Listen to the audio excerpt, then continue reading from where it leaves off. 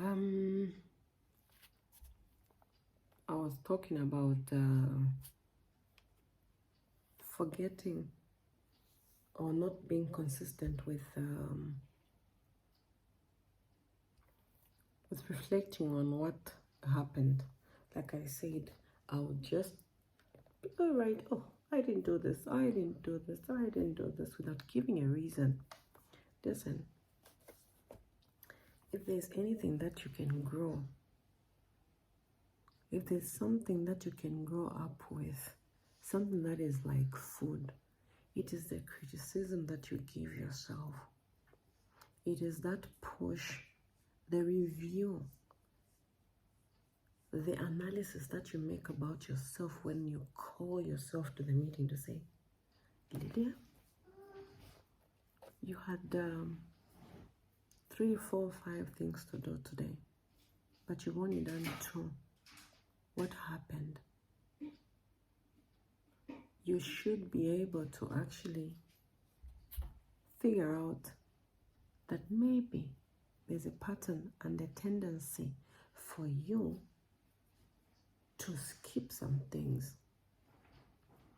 I'm telling you this because I was not aware that actually I was running into a depression sometime in the beginning of last year. I think that was January, end of 2022, going into 2023. Because if I show you my journal, you will see I was not consistent. Like literally, so many days passed without me doing any kind of journaling. Yeah, look at this.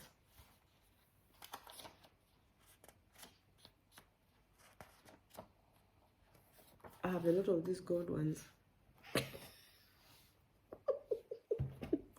I just bought the whole shop. So you can see, Christ. This gives you also, when you journal like this, you can see the tendencies that you have. You can see when you actually start to break, and you can also see the time. Sometimes I think, I'm almost 100% sure, but I don't want to create a reason for doing what I do, but I feel like every time we run around March, April, those dark days, they make me want to go back to the house and not do anything. That is a time when mostly my journals are kind of empty. But come May, going all the way up to December again, there when we break off for Christmas, ooh, I'm on fire. And when I noticed that tendency from 20, I think it was, I was like, I think there's something here. But I don't want to make it truth for me, because then every time that time comes, I'll start feeling that artificial, maybe the stigmatization that I've given myself, that I'm defeated by the weather during this time. I'm not about to accept it, but it helps me because of the journals. I can look back and say, yeah, it was like this even last year. It was like this 2 years ago. It was like this 4 years ago. So there must be something that I should do to change the situation of me feeling out of balance around this time. So I know and I'm aware, okay, it's just when it's dark, there's just something that happens to my brain, and I have to work hard to come out. I have to work harder to make myself available for the people that I'm working for, because as an entrepreneur, whether you like it or not, you're working for people and people are working for you. So you're always on your toes, and I have to even when I don't feel like it.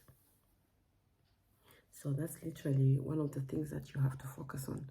Review your last day, review your last month if you can. I've never really taken time to review like consistently on my months, but I love to look at my last year, especially December, because then I can see what I've ticked off and what I started with in January.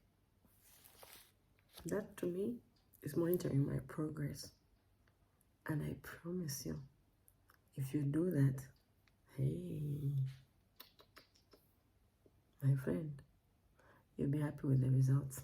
Just make sure that you make your goals so big, so ginormous, that when you get there, you go like, okay, I did hit for the stars. Much as I landed on the moon. No, what does this Brown say? It says aim for the moon. Aim for the moon, so that even though you fail, you land among the stars. And that's exactly what I have done for this year. I'm just aiming for the moon. I'm shooting for the moon. I have not met my goals. Pick me like,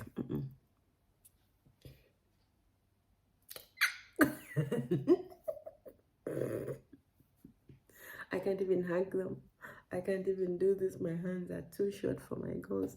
But listen, I know if I don't land on the moon, I will land among the stars. Because,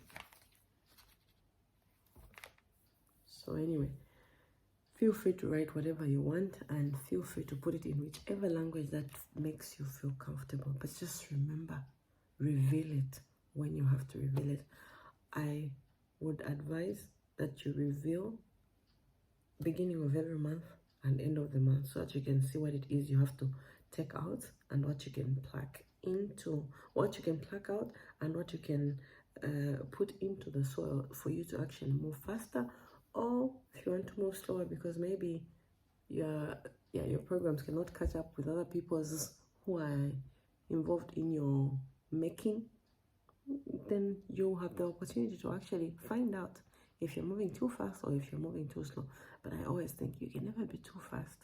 Maybe if your mind is not there where if your mind is not there where your hands are, if your hands are not there where your mind is, you might arrive too early and you might just squander everything that you have actually built.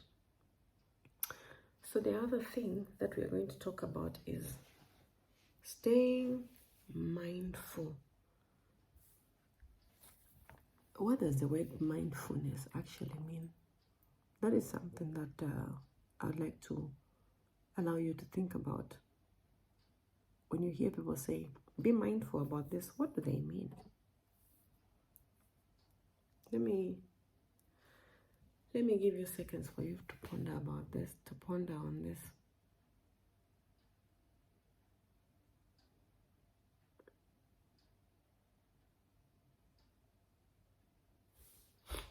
I hope you're done.